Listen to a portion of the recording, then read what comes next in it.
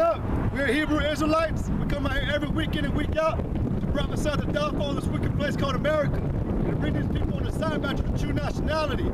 To you Negroes, Latinos, Native American Indians, you're the true Hebrew Israelites that the Bible speaks about. All right, and it's a time, and the time that we're in, that all you people, you 2/3, you Negroes, Latinos, you other nations, we're in that time where you're gonna die, all right? No gray areas, no if, maybes, and buts about it. A lot of people, you're gonna die, all right? And that's the time we're in, to the time when we're condemning this place, letting you know, letting you people know who you are, that you're the wicked, and you so-called white man, you're the wicked, the so-called white man today, the devil, that the Bible speaks about. And it's our job to warn you people, and let you know that this place, whether you like it or not, is gonna be destroyed, all right? This is Isaiah chapter 66 verse 15. It says, for behold, the Lord will come with fire, and with his chariots like a whirlwind. Right, and like a whirlwind, man. Real quick, when the Most High was always talking to the people or the inhabitants of the earth, he didn't ever talk nice. I mean, he talked nice, but to the ones who respected and loved him. But to the rest, there was nothing good about it. Like a whirlwind ain't nice. All right, it tears everything in its path. All right, that's what a whirlwind does, and that's how the Most High is coming back to all you people, to shatter your lives, shake them around. Yeah, it's very a tornado is very unforgiving. Ain't got no remorse, no mercy. That's how the Yahweh Shem Yahushua is gonna come in that spirit, because he gave you the time for a grace. He gave you the grace period. He gave you laws and commandments to abide by. Okay? After that, he's coming with wrath. He's coming with his fury. Great indignation. Isaiah 66 and 15 says, for behold, the Lord will come with fire, and with his chariots like a whirlwind, to render his anger with fury, and his rebuke with flames of fire. For by fire and by his sword will the Lord plead with all flesh, and the slain of the Lord shall be many. And the slain of the Lord shall be many, all right? Y'all people don't understand that there's a horrible death, a horrible destruction coming to this place. It's a beautiful thing, because we're tired of you people. We're tired of your attitudes, the mindsets that y'all got, that y'all think y'all good people. Y'all just think everything's just for fun today and to live life. All right, but that's why the Most High said he's gonna plead with your flesh. But he ain't coming back to talk to you and sit you down real quick and be like, you did this, you did that, so I'm gonna burn you a little. He's gonna burn you hard, man. The Most High, the scriptures tell you that the Most High's anger and wrath is terrible. And even it tells you that yeah, his power is terrible among the nations. Who y'all call God and Jesus, he's a austere power, a rough power. And you look that word up, rough, on the etymology online, it tells you different ways by like collapsing violently, knocking down violently, and that's what the Most High is coming back to do. He's Job. The book of Job says that he's the king of terrors. Yeah. That's right. Y'all call God and Jesus the king of terrors. He's the one who has this. He's the one who has that sword in his hand, like it says in Deuteronomy 32. Who has that glittering sword in his hand? And it tells you in Psalm 7 the same thing. How he's angry with y'all every day. Because of how everything's promoted, put out there, pushed out there with the vibration. There's no good in America. And what you call America today, man. North America, whatever you want to call it. There's nothing good about this place. We coming out here, they had on the news, you remember that man that landed the airplane in the Hudson River? When that plane, that bird, the engine supposedly, he ended up landing the plane perfect, or perfect. Well, that was about a year ago, I think, maybe a little bit more, but you know, they saw him as a good man for that deed. They saw him like he was a respected person from there on out. But they have him on a commercial. They started propagandizing him. They put him on a commercial for a cancer commercial. You know, but I'm trying to get at is, you people, y'all put up what y'all think is good. Because this man landed a plane, and yeah, it's a good thing, you say some lies, so what? But Y'all don't know what the good things to put up, man. Y'all think what your definition of good is wrong. If this place was about being good, you'd be videotaping us or putting us online or whatever. I'm just putting an example that there's nothing good about America. Everything y'all do is wicked. Everything y'all do is an abomination to the Lord. And that's why he's coming back to plead with y'all, with fire. This is 2nd Ezra, chapter 15, verse 22.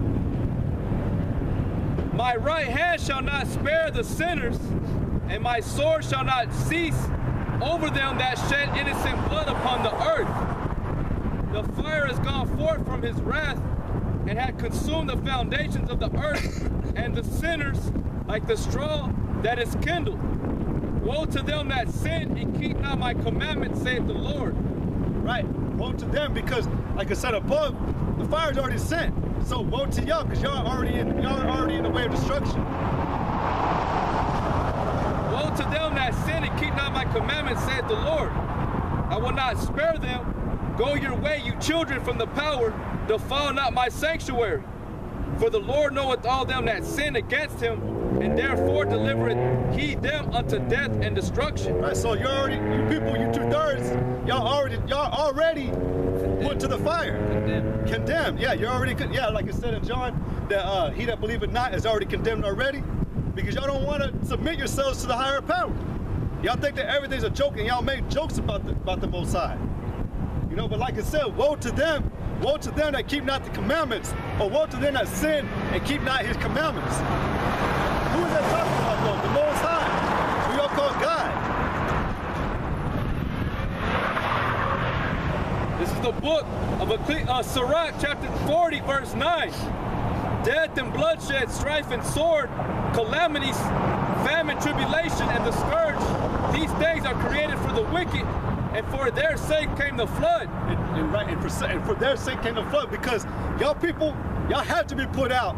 All right, y'all got to be put out in order for the elect, the 144,000 and 1/3, to get to the new kingdom. It's a must. Like Yahweh said in Revelations, he said that in Revelation 17 that these things must come to pass. But it was Matthew 2, Matthew and Luke. But the end is not yet. Y'all people, like we were reading, y'all don't realize that your death is already there, man. And it said that he will not spare. The Most High, he's not coming back to spare anymore. Like the brother said in the very beginning, y'all had your time to get right. You had your time back when Yahweh who y'all called Jesus, was here. That's when it really started. Like you were always saying, that was the time that it really started. That was the end. That was the end of the road started. But y'all didn't realize it and didn't understand. But now, since you got your time, your playtime, and the time when you're supposed to get yourselves right and serious and in order, all right, now you're going to be destroyed because you took it as a game. You wanted to hearken to these lying pastors that you got. You wanted to listen to them, and then you wanted to come against the real men that were out there on the highways and byways and think that they were liars. You wanted to go against truth. Mm-hmm. That which is not pleasing to your eyes, that's not popular, that's not a trend. Y'all are like a bunch of kids at McDonald's. America, that's what it is. Y'all are all a bunch of kids at a carnival. You know what I'm saying? Y'all stay away from the thing that's not pleasing, that's boring, right? That's how it is here. Y'all are a bunch of children. It ain't got y'all are in y'all's time of playing. All right, this is because once you come out the womb, you're already immediately being chastised. That's why when the child comes out whining and crying, because he already knows, man. In the spirit, he already knows that, damn, I'm coming back to hell. And I was just in peace, I was at rest, and I'm being suddenly awoke to breathing in this so-called oxygen. Now he has to suffer. But somewhere in that, between all that, when you grow as a child, it's playtime all the goddamn time. All the way to your teenage years, all the way up into your adult years. Real quick, in Ecclesiastes chapter 11, like the 3rd, 4th verse toward the end of the chapter. Because the scriptures already tell us that at the day, Psalms 50, 51, where it says as soon as they come out the mother's womb, you're already speaking lies. 53. You know? So as soon as you come out your womb, you're already playing games. We weren't put in this earth to play games, to be trying to be full of trickery, subtlety, like a snake, not caring about our neighbor. You know? There's a time for everything. Are we saying to be serious all the time? No, you can have your time of feasting, enjoying being with your friends, your brothers, right? We ain't talking about you 2/3 though. We already know what your 2/3 do. 11 and where it says being as children. Yeah, right there. Right there, verse 9. Okay. This is Ecclesiastes chapter 11, verse 9. Rejoice, O young man, in thy youth, and let thy heart cheer thee in the days of thy youth, and walk in the ways of thine heart, and in the sight of thine eyes. So when you're young, hey, all right, look, whatever you find pleasing, do it, right? But at the same time, you should be guided in your way as a child from right from wrong, though. Go ahead. But know thou that for all these things the Most High will bring thee into judgment. Right, but know this, that doing all the things that are not convenient, you're gonna be brought into judgment. There's no escape. There's no getting away from the Lord's hand. Okay, the slain of the Lord is gonna be many. That's what's coming to America and the whole compass of the earth. The Third World War is on its way. Whether you want to believe it or not, whether you people have y'all felt that y'all are awake at one time and you grew asleep again, it's still coming back. The prophecies are not going to just fly away. They're going to be fulfilled, and that's where faith kicks in. Okay, destruction's on its way. So while y'all grown ass people, men, women, children, are in a state of y'all's mindset is in a playtime and not taking nothing serious, you're gonna still be held accountable. Whether you want to follow the law or not, the law is gonna be there always. Okay? It says, therefore remove sorrow from thy heart. Read out. Verse Ecclesiastes 11 and 9. Rejoice, O young man, in thy youth, and let thy heart cheer thee in the days of thy youth, and walk in the ways of thine heart, and in the sight of thine eyes. But know thou that for all these things the Most High will bring thee into judgment. Therefore remove sorrow from thy heart, and put away evil from thy flesh. Right. But being, I believe that word sorrow goes to the word being angry, bitter.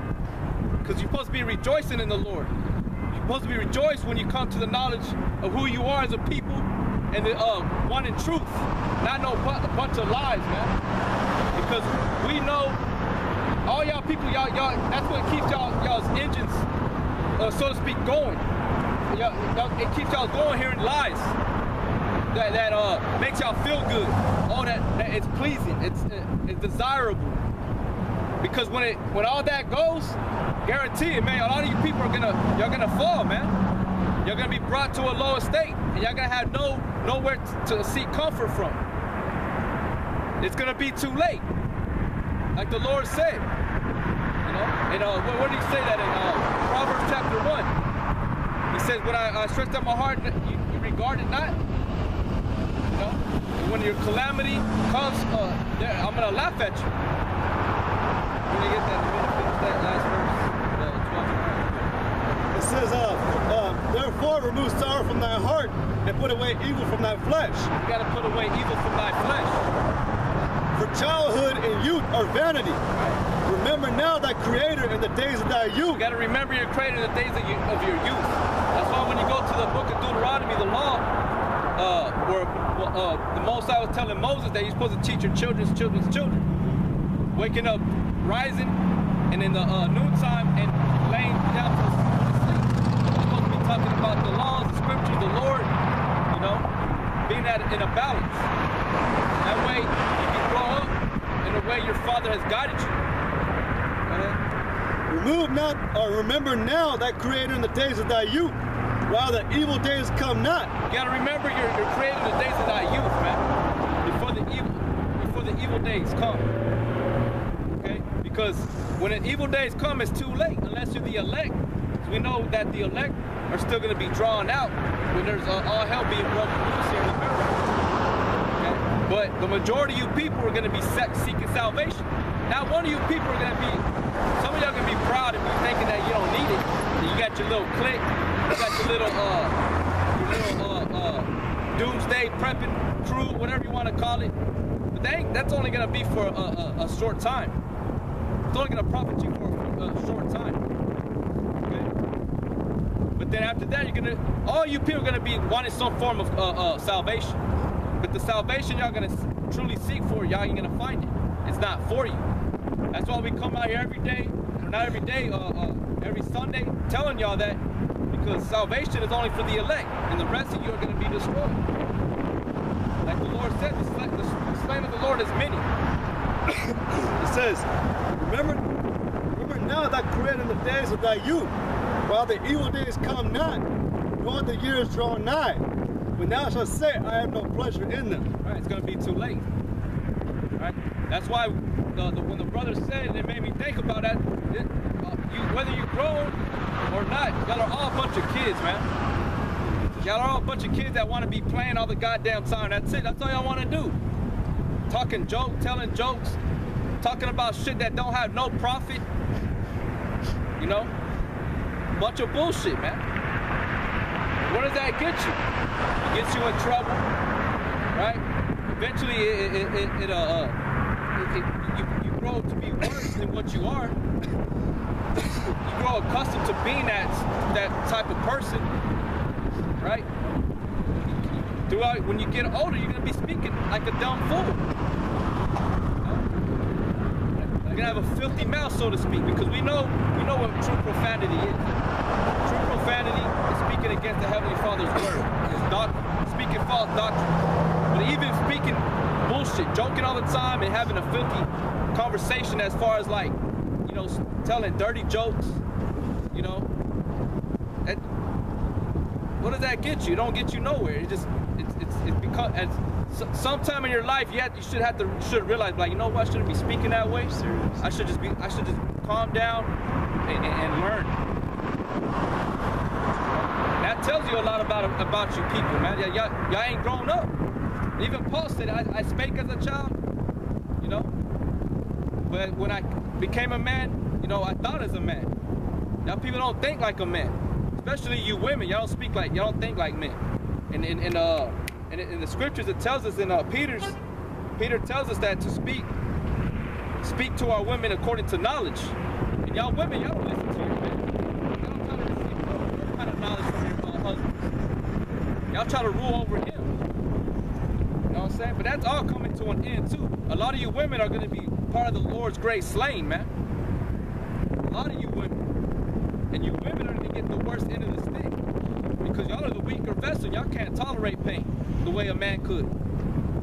But just speaking, it's all going to be hurtful, but you women are going to get it the worst, man. I got this real quick. This is 1 Corinthians chapter 10, verse 5. It says, but with many of them, the Most High was not well pleased, for they were overthrown in the wilderness. Now these things were examples to the intent that you not lust after evil things, as they also lusted. Neither be ye idolaters, as were some of them.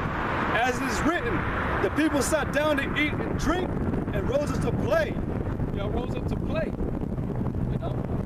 As soon as y'all remove yourselves from the table of the Lord, spiritually speaking, and the scriptures being recited to you daily, every morning, you know, going from the rising of the sun to the setting of the sun. Y'all play. Y'all want to play. You know, especially and it's all beautiful how the Lord uses these different analogies, because you can be at your dinner table with your girl, whatever, and their kids, and as soon as you sit down, even while you're sitting down, they want to play. The kids want to play. And as soon as they try to hurry up and eat,